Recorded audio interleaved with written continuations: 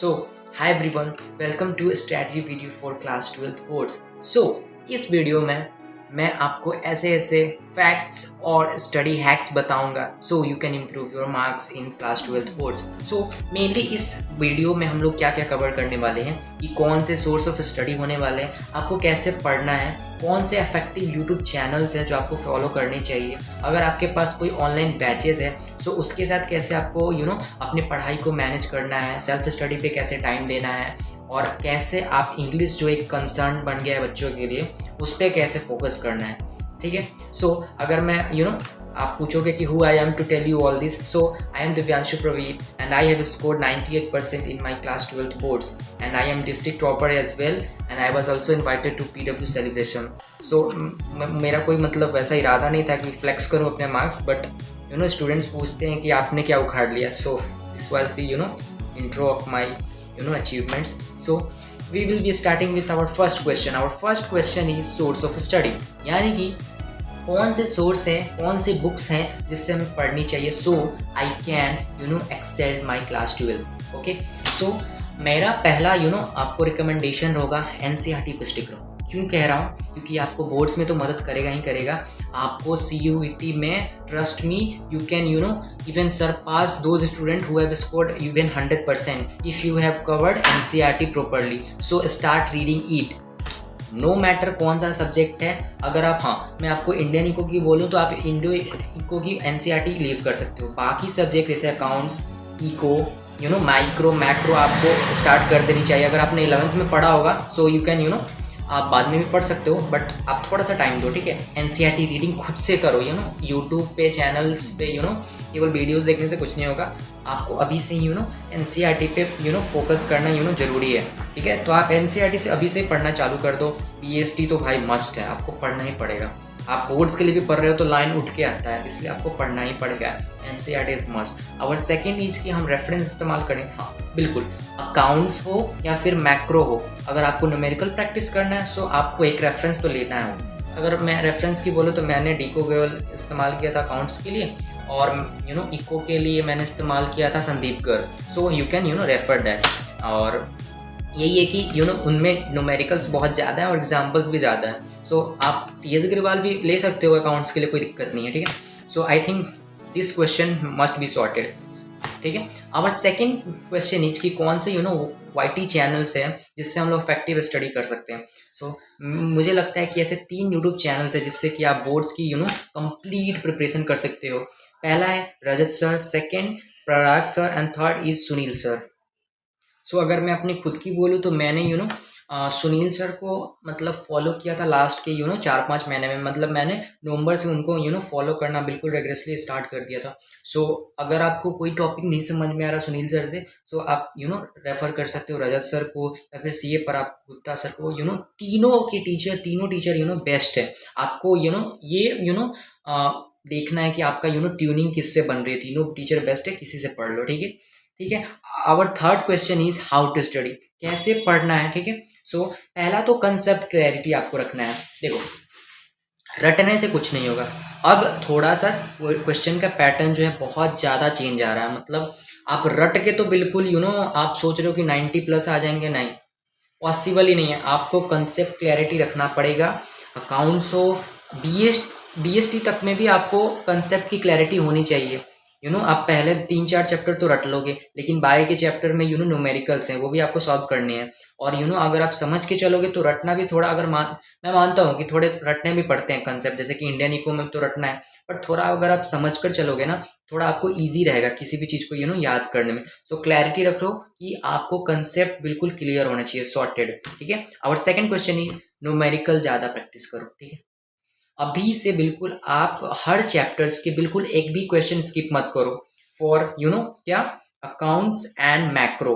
आप बिल्कुल अभी से एकदम बिल्कुल लग जाओ कि नहीं। आप सोचोगे कि एग्जाम टाइम्स में बहुत सारे न्यूमेरिकल्स, प्री बोर्ड्स में न्यूमेरिकल्स प्रैक्टिस कर लूँगा, नहीं होता है। अभी ही प्रैक्टिस होता है, बाकी बाद में नहीं होता। अगर आप अभी लिव करके जाओगे क्वेश्चन, वही क्वेश्चन आपको बोर्ड्स में दिख सकता है। आपको अभी से न्यूमेरिकल्स पे जोर देना है, क्योंकि अगर आपकी हैबिट हो जाएगी ना, मैं खुद की बोलूँ, DK गोयल के अगर कोई सिंगल ऐसा क्वेश्चन नहीं होगा जो मैंने छोड़ा हो, मैक्रो का कोई ऐसा सिंगल क्वेश्चन नहीं होगा जो मैंने छोड़ा हो। वही है ना कि आपको प्रैक्टिस करना पड़ेगा, आपको थोड़ा मेहनत लगेगा, लेकिन अगर आपको 90, 95, 98 लाना है तो आपको तो मेहनत तो करना ही पड़ेगा। Our third is daily goals plus HW। देखो, एक होती है कि मन में देख लेना कि हाँ मैं आज स्कूल से आया, मुझे ये करना है, ठीक है चलो ठीक है कर लूँगा। नहीं, अगर आप गोल्स को अपने एक बार बस कुछ ना करो, बस एक कॉपी लो, बस 4-5 लिख लो कि गोल से यार 4-5, और 4-5 में गोला गोला बना दो कि हाँ ये सारे 4-5 जो टॉपिक्स हैं मुझे क्लियर करना है, और टिक मारते रहना जैसे जैसे टॉपिक्स क्लियर होगा। वो उससे जो इफेक्टिव स्टडी होगी ना, ट्रस्ट मी, आप आप रियलाइज करोगे कि मतलब मैं क्या बता रहा हूँ। 1-2 महीना आप करके देखो, उसके बाद देखो कि आपके मार्क्स कैसे इंप्रूव हो रहे हैं, अगर आपके इंप्रूव नहीं हो रहे हैं तो ठीक है। सो यही है कि आपको डेली प्रैक्टिस करना है। आपको HW जो भी क्वेश्चन आप देखो जिनसे भी पढ़ रहे हो, आप उन पे थोड़ा ट्रस्ट फेथ रखो, ठीक है, क्योंकि कोई भी टीचर ऐसे वैसे नहीं होते, ठीक है, सभी अच्छे पढ़ाते हैं। सो आप थोड़ा ट्रस्ट दिखाओ उनमें, और जो भी HW जो भी क्वेश्चंस करने के लिए बोलते हैं वो उनकी प्रैक्टिस करो, और खुद से भी गोल्स बनाओ कि हाँ मुझे ये डेली प्रैक्टिस है, ये चीज़ है, मुझे ये आज ये करना है, ये करना है। तो अपने दिमाग में थोड़ा बना के रखो कि हाँ आज क्लैरिटी होनी चाहिए कि मेरा आज दिन का है, तो आज दिन भर में क्या करने वालू, क्लैरिटी होनी चाहिए, ठीक है। Our fourth question is online batches. So मैंने भी बैचेस ली थी, और PW की ही ली थी। सो अगर आपने बैचेस लिया है तो वेल एंड गुड है, अगर नहीं भी लिया तो मैंने आपको 4 यूट्यूब चैनल्स बताए हैं, you can follow, blindly follow, and trust me, you will thank me later. So अगर आपने बैचेस लिया है, सो आप एक काम कर सकते हो कि अगर आप बैचेस देखते देखते, ऑनलाइन बैचेस अगर आप लेक्चर्स देख रहे हो, तो साथ साथ में आप अगर आप शॉर्ट्स नोट्स बना रहे हो ना, वो आपको बहुत मदद करेगा। मैंने भी यही किया था कि मैं पूरा थोड़ी लिखूंगा PhD में कि भाई जितना मैम ने लिखवा दिया इतने नोट्स हैं इस टॉपिक के सब छाप दो, नहीं, कीवर्ड्स लिखो। इससे क्या होगा कि NCERT के कीवर्ड्स आपको दिमाग में रट जाएंगे अगर आप कॉपी में लिख लेते हो। थोड़ा थोड़ा आप लिखते चलो, जो जो पॉइंट्स आपको सर लिखवाएंगे, हाँ ये इंपॉर्टेंट है, तो थोड़ा लिखते चलो, ठीक है, ये कर सकते हो। दूसरा, इंडियन इको में आपको नोट्स नहीं बनाने। अगर मेरी आप वो कहोगे कि भैया आप सजेस्ट करो कि इंडियन इको तो बहुत वास्ट है, उसमें 8 चैप्टर्स हैं और बिल्कुल रटना, उसमें कुछ नहीं करना, तो मैं बोलूँगा आप नोट्स ना बनाओ, ठीक है। एक काम करो, बस उसको रीडिंग जितना बार करोगे, मैंने क्या नोट्स नहीं बनाए थे, बस हाईलाइट किए थे, अंडरलाइन किए थे, और उसी को बार बार रीड करता था। थोड़ा तो याद करना पड़ेगा बट हो जाएगा। नोट्स बनाना use time pass, Indian eco की बात करो तो, बाकी में आप बना लो, लेकिन आई थिंक उसमें ना बनाओ तो बेहतर है, बाकी आपकी मर्जी। Third is reading by yourself. कोई भी सब्जेक्ट हो, अगर आप खुद से रीड नहीं कर रहे हो तो कॉन्सेप्ट क्लैरिटी आपकी नहीं होगी। अगर आप सोच रहे हो कि बिल्कुल क्वेश्चन क्वेश्चन केवल करके चला जाऊंगा तो हो जाएगा, कभी नहीं।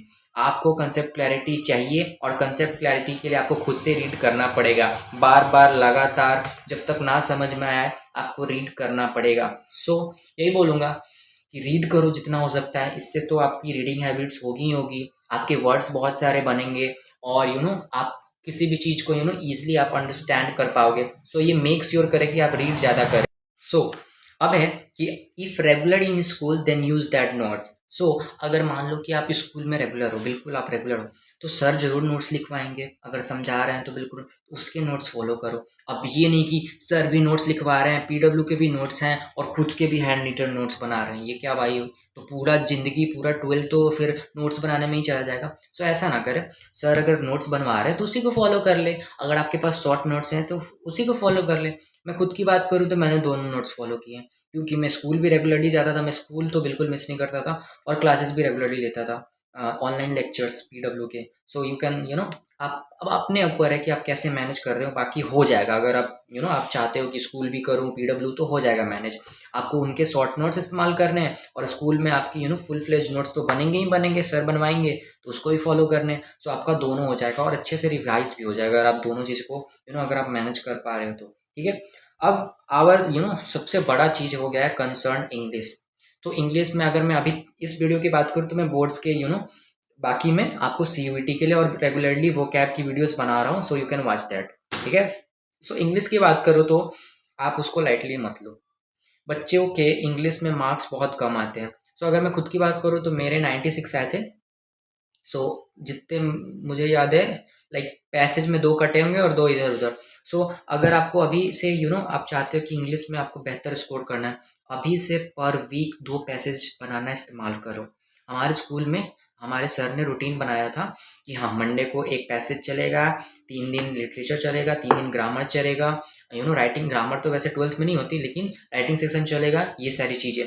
सो आप एक फिक्स रूटीन बना लो कि हाँ एक एक वीक में तो इंग्लिश पे इतना टाइम देना है, कि बच्चे इंग्लिश को लाइटली लेते हैं और फिर बाद में रिग्रेट करते हैं कि नहीं इंग्लिश मार्क्स खा गया या फिर रिजल्ट खराब कर गया। तो आपको अभी से लाइटली नहीं लेना। सेकेंड, स्टार्ट प्रैक्टिसिंग पैसेज, जो मैंने अभी मेंशन किया कि आपको पैसेज पे ध्यान देना। कुछ भी कह लो, इजी है इंग्लिश, क्योंकि आपको हर चीज़ पता रहता है। पता है कि हाँ 20 मार्क्स का पैसेज आने वाला है या फिर 22 मार्क्स का, वो डिपेंड करता है आपके पैटर्न पे। ये पता है कि राइटिंग सेक्शंस में 3 चीज़ें 4 चीज़ें आने वाली हैं, और बाकी लिटरेचर तो सब चीज़ तो पता ही है। तो अगर अभी से ही अगर आप पैसेज बनाना इस्तेमाल करोगे तो आपकी हैबिट रहेगी। आपको मेन एग्जाम में ऐसा नहीं लगेगा कि भाई ये क्या मिल गया, भाई कितना भी लेंदी पेपर दे, लेंदी अगर पेपर दे रहा है तो और ईजी होता है खोजना। अगर छोटे में ही पैसेज को ख़त्म कर देता है तो तब डिफ़िकल्टी आती है। सो इसलिए अभी से ही पैसेज को जितना हो सके आप प्रैक्टिस करना चालू कर दो, ठीक है। रिटन प्रैक्टिस भी होनी चाहिए।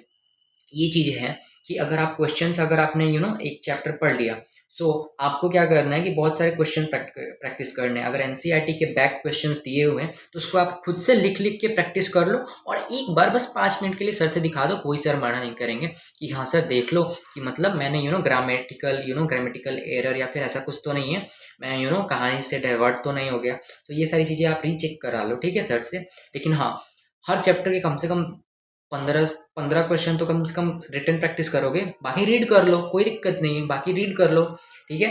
हाँ वोकेबुलरी बिल्डिंग, मैंने बताया कि मैं रेगुलरली वीडियोस अपलोड करता हूँ शॉर्ट्स में वोकैब के लिए। लेकिन अगर आपको रेगुलरली आपको खुद से इनहेंस करना है, सो बहुत सारे बुक्स भी हैं, लेकिन मैं बोलूँगा अभी आप बुक्स को फॉलो ना करें। मैं अगली वीडियो में आपको रिकमेंड करूँगी कैसे क्या करना है सीयूईटी के लिए। बट हाँ बोर्ड्स में भी आपको बेनिफिट करेगा, आप थोड़ा एनसीईआरटी जो है फ्लैमिंगो और फर्स्ट फ्लाइट दोनों को, फर्स्ट फ्लाइट नहीं फ्लैमिंगो एंड हाँ फर्स्ट फ्लाइट दोनों को आप थॉरली पढ़ो खुद से। हाँ बिल्कुल दिमाग लगा के, हाँ भाई ये लाइन है, और समझने की कोशिश करो। क्यों? क्योंकि लाइन से एनसीईआरटी के लाइन से उठ के आ जाते हैं एग्जाम में और बोलेंगे कि हाँ इस लाइन का मतलब क्या होगा। सो आपको लाइन का पता तो होना चाहिए ना कि आखिर हो क्या रहा है। सो अगर आपको अगर आप चाहते हो कि मतलब उसमें भी मेरे मार्क्स अभी से इम्प्रूव होना स्टार्ट हो जाए, तो आप रीड करना स्टार्ट करो सिंपल। और रीड करना नहीं कि बिल्कुल समझ नहीं, समझ के रीड करोगे तो ज़्यादा बेनिफिट करेगा।